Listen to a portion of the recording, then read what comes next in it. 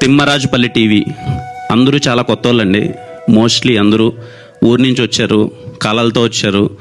ఖచ్చితంగా ఒక 2 years నుంచి నాతో ట్రావెల్ చేస్తున్నారు. కిరణ్ ఏదో చేస్తాడు, సినిమా ప్రొడ్యూస్ చేశాడు, కిరణ్ సినిమాని ఏదో విధంగా తీసుకెళ్తాడు అని చెప్పి వాళ్ళందరూ హోప్స్ పెట్టుకొని ఉన్నారనమాట.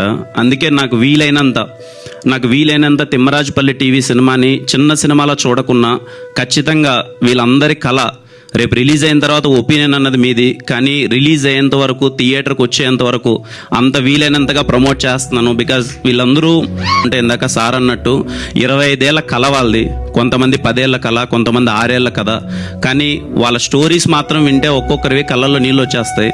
అందుకే వాళ్ళందరికీ నాకు వీలైనంత బొమ్మ April 17th థియేటర్లో పడేంత వరకు నాకు వీలైనంత కష్టపడతాను, నాకు వీలైనంత ఈ సినిమాని మీకు చేరజేసేలా చేస్తాను.